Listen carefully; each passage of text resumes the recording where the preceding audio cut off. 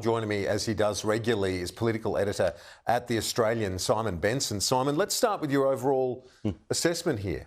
This is the first time in a while that we've seen back-to-back polls where things are locked at 50-50. Yeah, absolutely. I think, look, it's not a good poll for either leader. I think what's unusual is that you've got now two leaders heading into election that are both on equally abysmal approval ratings, both at -13. Now, I think that's more of a problem for Anthony Albanese, obviously, in their efforts to try and drag down Peter Dutton. He's dragged himself down.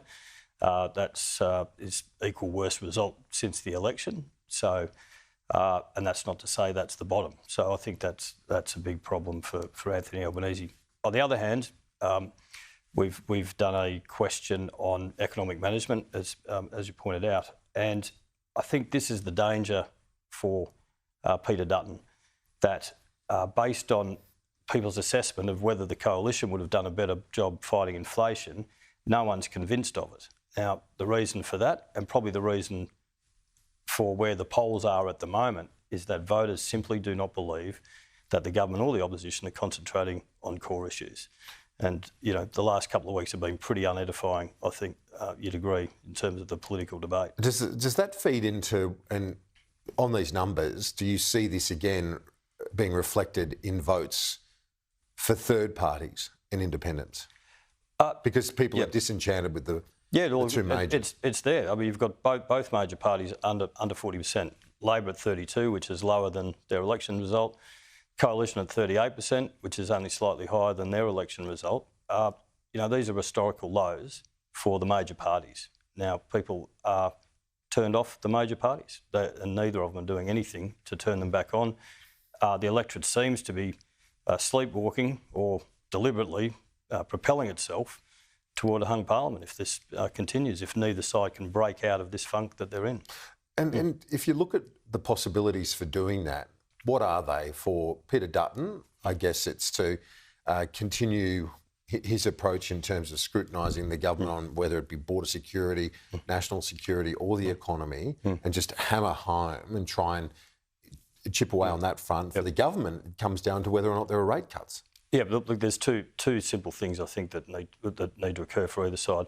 To have any sort of, I guess, momentum behind them going into the campaign. For Peter Dutton, and he's failing to do this so far, that these polls confirm that, but for Peter Dutton, he needs to convince voters that their current predicament is Labor's fault. And at the moment, they simply aren't there yet.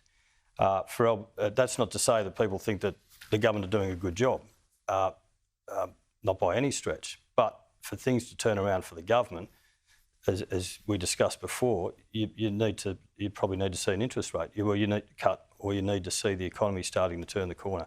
They need things to start turning the corner into a positive frame before the election. And while you rightly point out that it's not a great poll for either side and they're locked at 50-50, there are the green shoots, I guess, for both sides. You've got the fact that Peter Dutton is more competitive in terms of the preferred Prime Minister. The primary is better than what it once was. That's on the coalition side. On the Labor side, but the slide in the primary has stopped, at least that it looks like it's levelled out. Well, it looks like 32 is the sort of floor for the Labor vote, but who's to say? It could go lower. It's been lower before. I remember under the Gillard government, it got down to as low as 29%. So, yeah, there is that fear there for Labor. You're right, there are positive signs for the coalition, but are they enough? Not by a long shot yet. Simon Benson, great to get your insights as always. We'll talk to you in a few weeks. Great to see you.